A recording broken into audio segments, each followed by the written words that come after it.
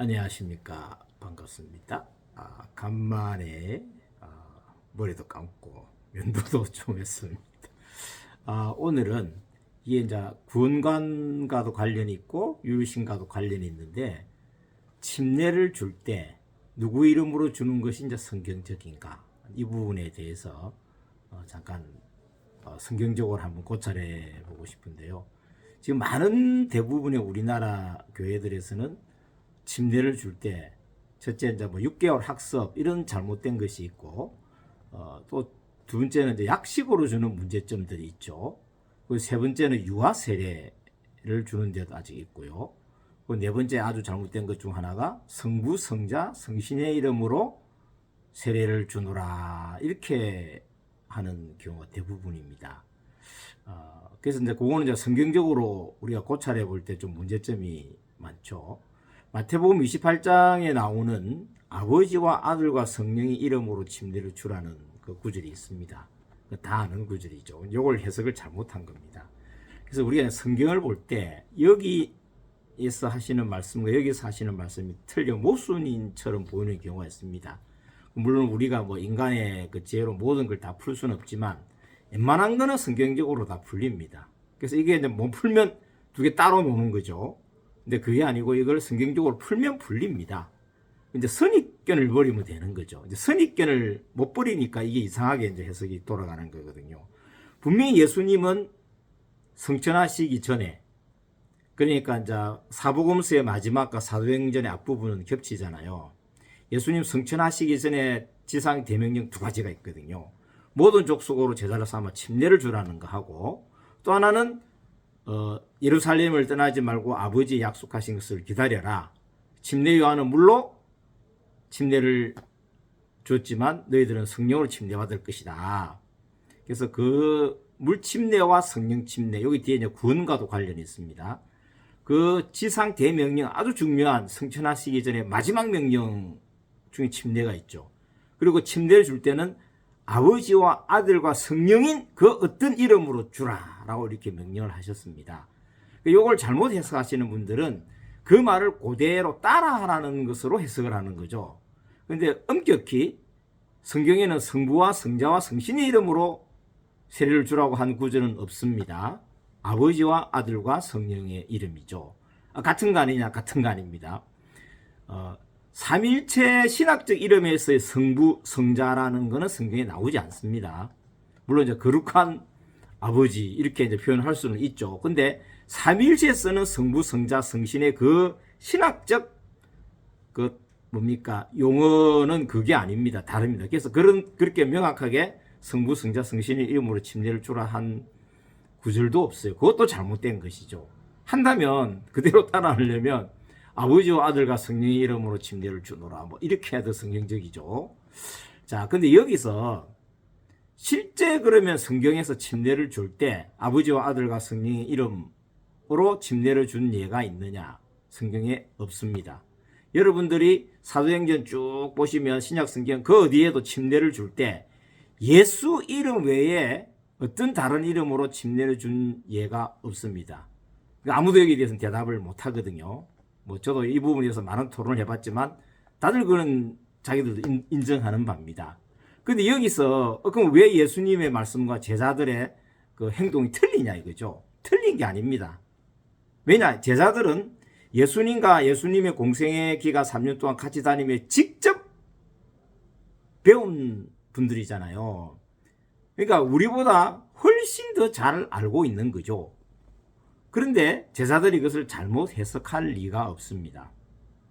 자, 그리고 사도행전에 보시면 2장의 성령 강림 이후에 베드로가 많은 사람들이 이제 방언하고 하니까 술 취했다 이랬을 때 일어서서 11사도와 같이 그때 아직 그러니까 이제 오순절 성령 다락방 사건 이후에 베드로가 설교를 합니다. 그때 나머지 11 제자가 그 옆에 있었죠. 그래서 베드로의 결론이 뭡니까? 너희가 십자가에 못 박힌 이 주 예수님이 사실은 우리의 주 예수 그리스도다. 그래서 결론은 그거죠. 그러니까 그분들이 다 앉아 그럼 우리 어찌해야 될까? 회개하는 입장에서 하는 말이죠. 마음에 찔려가는데 형제들아 우리가 어찌해야 그럼 우리 어떻게 해야 됩니까? 그때 베드로가 예수님 믿음을 본받습니다. 끝 이게 아니고 딱 첫 마디가 너희가 회개하여 회개가 나오죠. 그죠? 두 번째는 각각 예수 그리스도의 이름으로 성부 성자 성령의 이름이 아닙니다. 각각 한 사람 한 사람들이 각각 예수 그리스도의 이름으로 침례를 받고 죄사함을 얻으라. 침례를 받고 죄사함을 얻으라. 여기 두 번째고 세 번째는 그러면 성령은 선물로 받는다 이겁니다. 자 그러면 그 옆에 11 제자들이 있었죠. 그럼 딱 베드로 스톱. 예수님이 분명히 아버지와 아들과 성령 이름으로 침례를 주로 했는데 왜 너는 그걸 잘못 가르치느냐라고 이의를 제기해야 되겠죠. 아무도 그 이의를 제기하지 않습니다. 그리고 사도행전에 침례 주는 곳에 보면 쭉 이름이 나오죠. 예수입니다. 오직 예수. 그래서 우리 오직 예수는 말을 썼는데 사실 삼일체에 믿는 분들 오직 예수라는 말을 좀 안 좋아하는 분들이 많죠. 자 그럼 이게 어떤 분은 이렇게 또 주장하거든요. 예수님 말씀이 더 중요하다. 제자들 틀렸다. 이거 황당하더라고요. 그러면 초대교회 오순절날 성령 강림부터 교회가 시작하는 거거든요. 교회 생일이 오순절날이잖아요. 그때부터 초대교회 제자들이 하나님 말씀을 불순종해서 아주 이 잘못된 가르침을 계속 전해서 그것이 지금까지 내려오고 있다 이 말입니까? 그건 아니거든요. 우리가 보통 그런 게 있잖아요. 두 가지 의견이 대립될 때 둘 다 옳다. A는 옳고 B는 틀리고 A는 틀리고 B는 옳고 둘 다 틀리고 네 가지 경우의 수가 있잖아요. 자 여기서 예수님이 틀릴 수가 없잖아요. 그죠? 그러니까 둘 다 틀렸다는 것도 그거는 빼야 되고요. 예수님이 틀리고 제자들이 맞다. 이것도 말이 안 되는 거죠. 예수님이 옳고 제자가 틀리다. 이것도 금방 말씀드린 말이 안 되는 거예요. 뭐 초대교회부터 제자들이 완전 잘못된 가르침을 전했다는 거잖아요. 그게 아니고 예수님도 옳고 제자들도 옳다는 겁니다. 그러니까 이걸 이해 못 하시는 분들은 이걸 이제 풀지를 못하는 거죠. 왜? 선입관이 있기 때문에. 그 어떤 문제가 있냐면 삼위일체는 성부, 성자, 성령이 동일한 본체와 권능과 영원성을 가지고 있는데 핵심적인 것은 성부는 성자가 아니에요. 성자는 성령이 아니고 성령은 성부가 아닙니다. 그래서 인격이 역할이 다른 게 아니에요. 유일신, 성경적 유일신은 구속 사적 하나님의 어떤 그 역할이 다른 거고 삼일체는 역할이 다른 게 아니고 인격 자체 존재가 다른 거예요. 그래서 이름이 다른 거예요. 그래서 성부의 이름은 여호와고 성자 이름은 예수고 성령 이름은 보혜사라 그래요. 보혜사는 이게 이제 쉽게 말하면 뭐 카운셀러 상담자 이런 뜻인데 이름이 아닙니다. 근데 이제 이 성령의 이름을 못 찾으니까 억지로 갖다 붙여놓은 거죠. 보혜사라고. 자, 그 말이 옳다고 가정을 하면 침례를 줄 때 그 이름으로 주라 그랬잖아요. 잘 보세요. 아버지와 아들과 성령의 이름들이 아니고 그 단수입니다. 아버지와 아들과 성령의 이름으로 주라 그랬죠. 침례를. 자, 그러면 삼일체를 믿는다고 하면 뭐 그 단수 복수에도 틀렸지만 이렇게 해야죠. 여호와와 예수와 보혜사의 이름으로 침례를 주노라. 이렇게 하는 게 맞습니다. 삼일체 이론적으로 본다면. 근데 그건 또 완전 잘못된 해석이죠. 자, 그거는 우리 생각이고. 그런데 예수님과 함께 그 직접 따라다니면서 예수님한테 가르침을 받은 제자들은 그렇게 침례를 안 줬어요.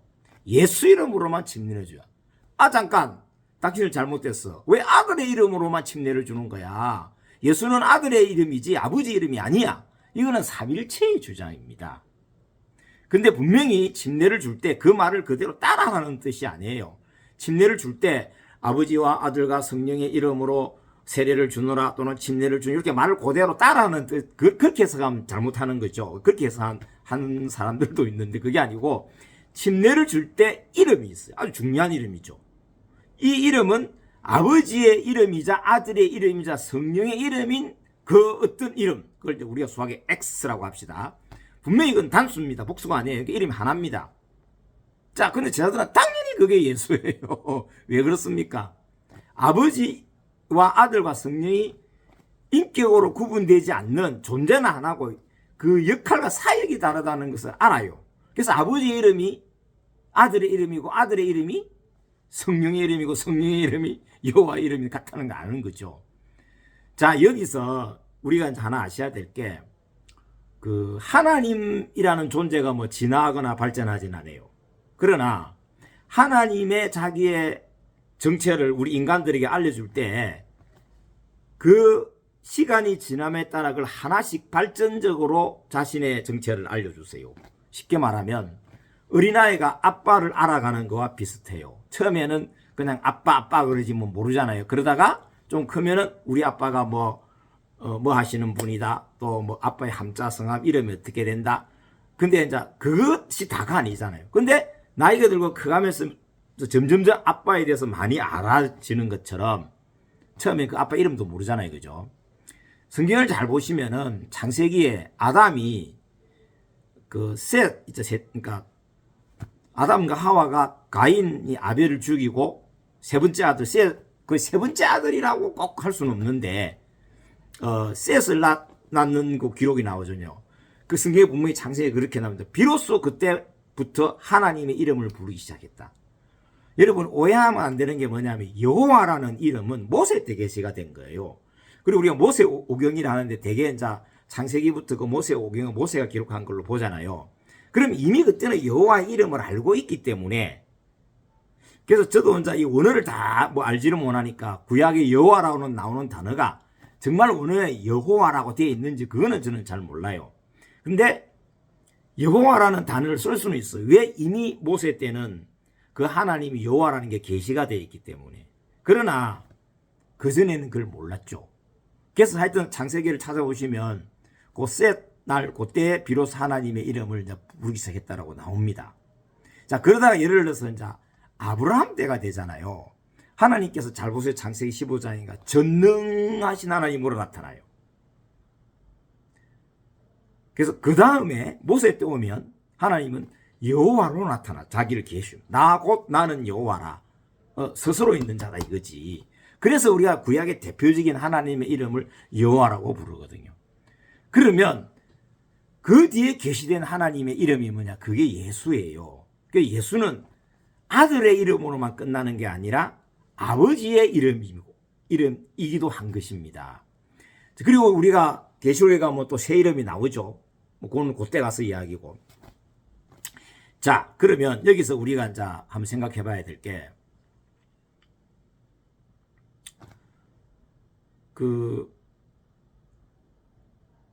구약에는 우리가 여호와 하나님이 대표적인 이름으로 씁니다. 자, 그런데 이사야 9장 6절에 예언이 되어 있습니다. 한 아기가 우리에게 낳고 한 아들을 우리에게 주신 바 되었는데 그 이름이 나오거든요. 여호와 정의도 재밌는데 그게 이제 전능하신 하나님 나옵니다. 그래서 이게 이제 원래 이 원어에는 올마이티가 아니고 마이티가 하시다. 여호와 정의는 이거 번역이 잘못된 거야. 전능하신 하나님 아니고 그냥 능하신 하나님이야. 예수님은 전능하신 하나님이 아니다 이거죠. 그런데 그 다음에 질문을 했고, 그럼 그 뒤에 영존하시는 아버지는 뭐냐 했더만, 그건 아담이래요.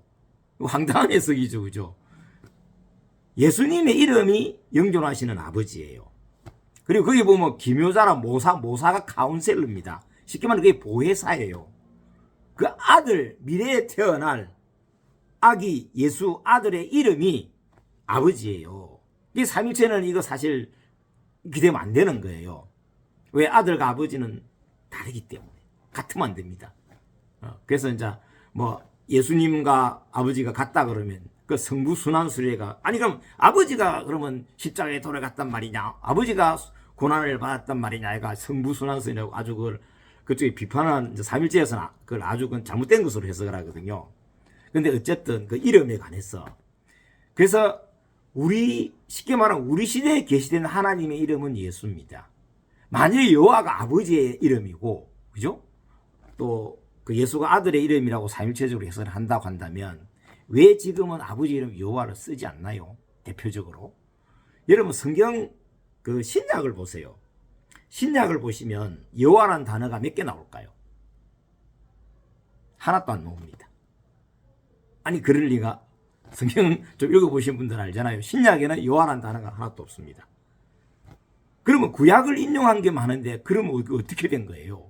잘 보세요. 다 주로 바뀌어져 있습니다. 그래서 우리가 시중의 책 중에 구약의 하나님, 신약의 하나님이란 책이 있습니다. 성경적 유일신에 관련된 책이죠. 그래서 구약의 하나님 이코로 신약의 하나님이다. 결론이 그거예요. 자, 구약에서 쓰는 우리가 하나님을 대신해서 주라는 쓸 때가 많잖아요. 자, 신약에도 주가 나옵니다. 그럼 이 두 개의 주가 다른 주예요. 그럼 구분했었겠죠. 전혀 구분이 없습니다. 제가 여호와 증인과도 한번 대화를 했는데 그분들은 성령을 하나의 뭐 에너지 같이 이렇게 해석을 하거든요. 하나의 인격적 존재로 해석을 하지 않습니다. 그래서 제가 한 번은 여호와 증인 분을 앉혀놓고 그럼 성경을 봅시다. 자, 구약에 주 여호와의 신약의 뭐로 번역이 돼서요. 주의 성령. 여러 군데 그렇게 되어 있거든요. 나중에 그분이 인정하더라고요. 아, 맞습니다. 이거 우리가 잘못 알고 있습니다. 그래서 이제 그분이 이제 돌아갔는데 저는 이분이 이제 교회 정말로 내가 잘못된 걸 알면 교회를 옮겨야 되잖아요. 근데 그분 가족이 다 믿는 여호와적인 집안이거든요. 안 올 것 같더라고. 가더만 그다음부터는 아예 나타나질 않아요. 내 앞에. 한 번씩 이제 와가지고 막 자기 딴에 전도하려고 그랬는데 그 뒤로는 아예 안 나타나고 그렇다고 교회 오지도 않아요. 그래서 구약의 여호와라는 단어는 신약에 전부 주로 바뀌어 있습니다. 물론 신약의 주라는 단어가 다 여호와는 아니에요. 대부분이 여호와입니다. 그래서 여러분이 헷갈리면 신약의 주라는 단어를 다 여호와로 바꿔서 읽어보세요. 그러면 예수님이 누구냐? 자, 여러분 그 사도 중에 도마 아시죠? 그래서 도마가 나중에 예수님 직접 그 뭡니까 창자국이나 그 만져보고 한 말이 뭡니까?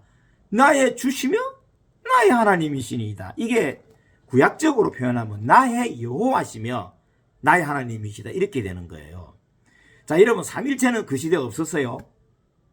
여러분 삼일체는 뭐 영원전 뭐 창세기 전부터 그거는 삼일체 이론자들의 주장이고 삼일체라는 단어 개념 위 이런 거요 없었어요. 그거는 그 2세기 말 3세기 초에 터툴리안이라는 신학자가 최초로 만들었습니다.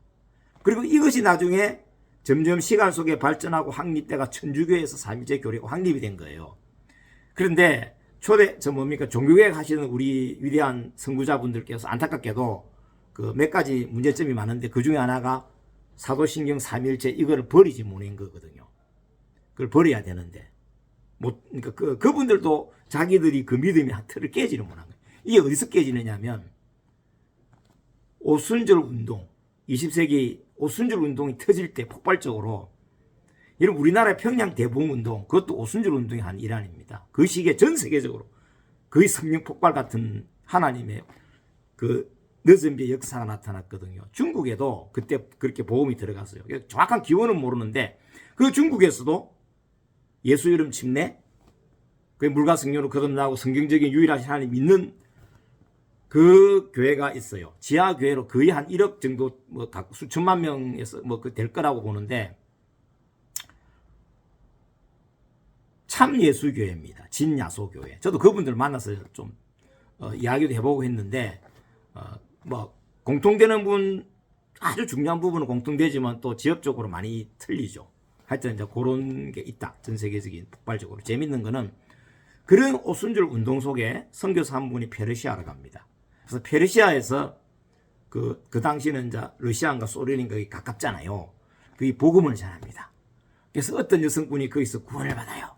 그분의 아들이 누군지 아십니까? 고르바초프입니다. 고르바초프가 그때 어떤 은혜를 받은지 모르겠지만 고르바초프 어머니가 그때 성령 받고 은혜를 받았어요. 그리고 재밌는 건 그 고르바초프에 의해서 그 뭡니까?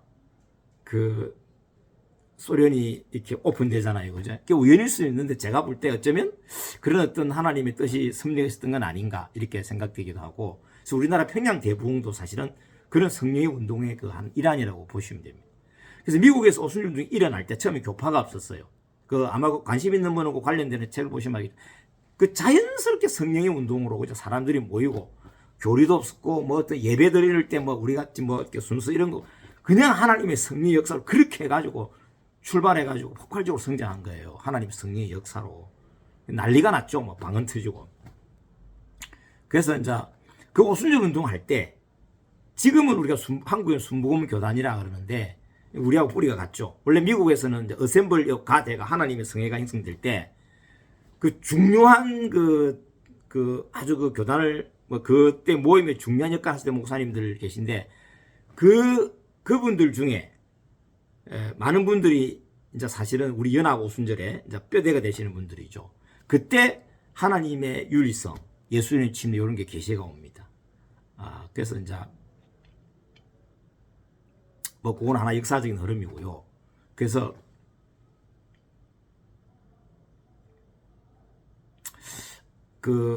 제가 어쩌다 이야기 풀어왔죠.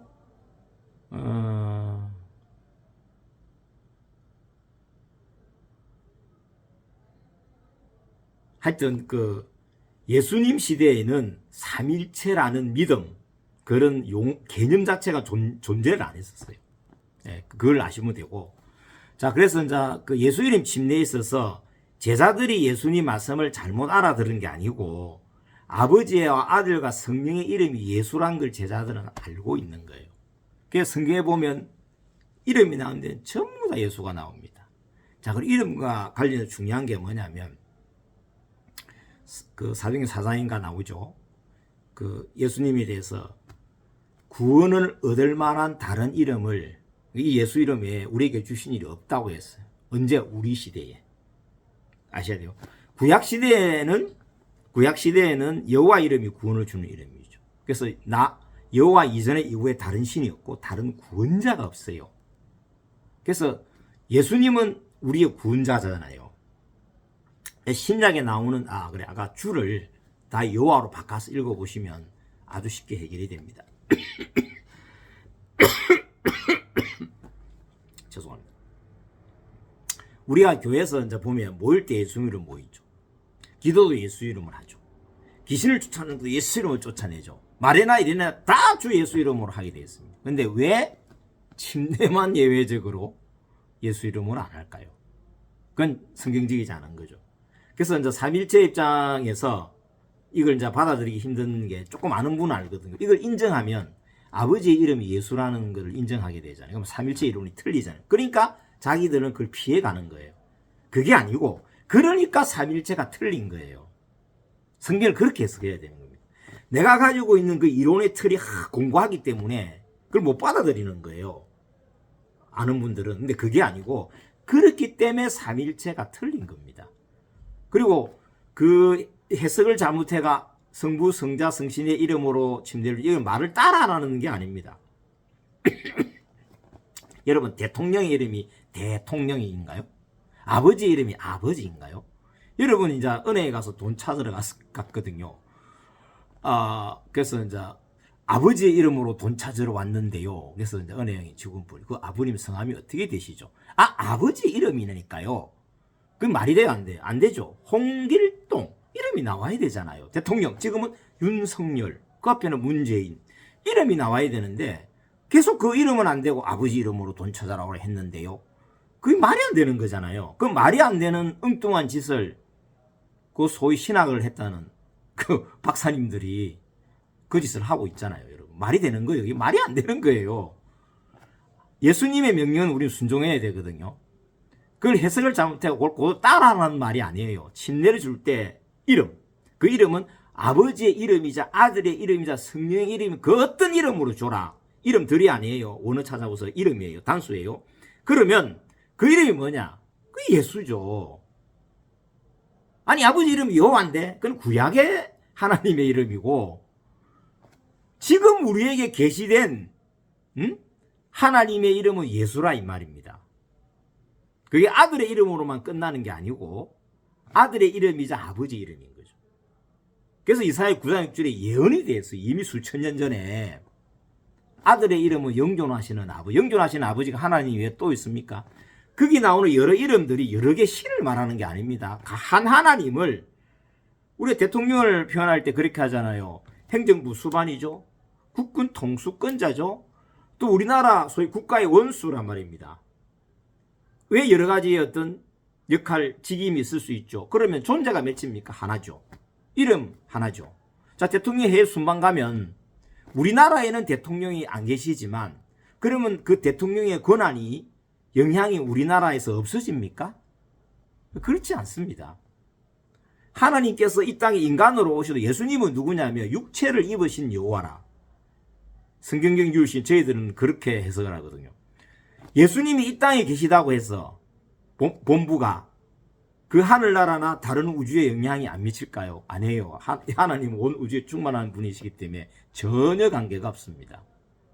예수님이 분명히 말씀하셨죠. 아버지, 어디 내 안에 아버지가 나와 함께 있다고. 실제적인 걸 말하는 겁니다. 우리가 성령을 받을 때 그냥 상징적으로 받는 게 아닙니다. 하나님의 신, 하나님의 영이 실제 우리 속에 눈에 안 보이지만 들어와서 내 영과 하나님이 만나는 거예요. 첫 사람 아담은 산영이었지만 선악과를 먹고 죽었잖아요. 그래서 마지막 아담은 살려주는 영입니다. 그래서 성령을 받아야 되는 거예요. 성령을 받으면 내 죽었던 영이 살려주는 영, 하나님의 영과 만나면서 영이 다시 부활하는 거예요. 그래서 방언이 터지는 거예요. 그 내가 하는 게 아닙니다. 그 고린도서에 나오죠. 내 영이 하나님의 영과 비밀을 말하기 때문에 나는 못 알아듣습니다. 그래서 방언 통역의 은사가 또 있는 것이죠. 그래서 방언이 평생에 한 번이라도 방언이 터진 사람은 성령 받은 사람이에요. 왜? 내가 가짜로 지어내서 하는 게 아니면 사도행전 2장 1절에 뭐라고 나오면 성령이 말하게 하심을 따라 다른 방언으로 한다 그랬죠. 내 의지로 막 하는 그게 아니에요. 내가 공부해서 외국어를 말하는 그게 방언하는 게 아니에요. 참 재밌게 해석하는 분들이 많은데 성령을 내가 억지로 땡기가 집어넣는 게 아니잖아요. 성령께서 내 안에 들어오시는 거잖아요. 그죠? 그러면 그 순간 죽었던 내 영이 살아나면서 하나님하고 기도를 하는 거예요. 그게 방언 기도요. 저 방언이죠. 터지는 거죠. 방언이. 물론 그게 방언의 은사로 연결될 수도 있고 연결되지 않을 수도 있습니다. 그건 다른 문제고. 그래서 예수님도 분명히 그 요한복음 잘 보세요. 아버지가 내 안에 있다. 나와 함께 있다. 분명히 말씀을 하시거든요. 그래서 뭐 그 이야기를 지금 하려는 건 아니고. 그래서 그 침례를 줄 때 이름은 예수로 주는 게 성경적입니다. 왜? 제자들이 다 그렇게. 자, 성경에 대한 해석을 자 보세요. 지금 우리나라 유명한 교회 목사님이 정확하게 해석을 하겠어요? 베드로 해석을 정확하게 하겠어요? 예수님의 말씀, 이게 아버지와 아들과 성령의 이름으로 침례를 주라고 하는데 이걸 어떻게 해석해야 됩니까? 근데 베드로는 예수 이름을 줘야 된다 했어요. 근데 우리나라 아주 유명한 목사님, 총회장님께서 그 베드로 잘못됐어. 성부, 성자, 성신 이름 침례를 줘야 돼. 여러분 누구의 말을 들으시겠어요? 우리는 성경 말씀에 순종해야 되는 거거든요. 실제 그렇게 말한 분이 있더라고. 자들이 틀렸다고. 예수님 말씀을 우리는 따라가야 된다고. 그건 해석을 못하는 거죠. 풀지를 못하는 겁니다. 마치 이거 분명히 이거 아버지도 있고 아들 있고 성령이 있는데 이거 셋인데 하나라네. 헷갈리는 거죠. 보세요. 전능하신 하나님, 영존하시는 아버지, 평강의 왕. 이게 한 하나님을 다르게 표현하는 거예요. 전능하신 하나님 따로 있고 영존하시는 아버지 따로 있고 평강의 왕 따로, 이게 아니라는 거죠. 뭐 지금 그 이야기를 하려는 건 아니니까. 그래서 여러분이 안 믿기는 분은 사도행전을 잘 읽어보세요. 사도행전은 그 뒤에 나오는 이제 그 성경에 조금 다른 게 뭐냐면 똑같은 그 내용도 이미 구원받은 사람에게 우리가 그렇잖아요. 하는 말과 구원 받아야 될 사람, 구원을 받아가는 과정에 있는 사람에게 하는 말은 틀려요. 사도행전은 성령이 강림하고 교회가 생성되고 그분들이 복음을 전해 나가면서 또 다른 분이 구원받고 그 다음에 교회가, 그게 구원받은 사람의 몸이 교회잖아요. 교회에서 이런 실제적인 그 모습을 쭉 적어놨기 때문에 어떻게 구원을 받느냐, 실제 초대교회는 과연 어떻게 했냐는 게 그게 다 나와요. 그래서 그걸 쭉 읽어보시면 침례는 오직 예수 이름 외에 다른 이름으로 준 일이 없습니다. 그리고 우리 시대에 주어진 구원의 이름은 예수입니다. 구원을 받을 만한 다른 이름을 우리에게 주신 일이 없다 그랬거든요. 그래서 지금 우리 시대는 예수 이름으로 기도하고 예수 이름으로 모이고 예수 이름으로 귀신 쫓아내고 예수 이름으로 침례를 줘야 하는 겁니다. 그래서 그거를 그 말을 그대로 따라한다 해가지고 아버지와 아들과 성령의 이름을 침례, 이거는 진짜 넌센스죠. 아까 제가 뭐 비유를 들었듯이. 그래서 우리는 자꾸 성경을 따라, 이 교리와 신학이 중요한데 그것이 자 우리 교파마다 다 좀 틀린 게 있잖아요.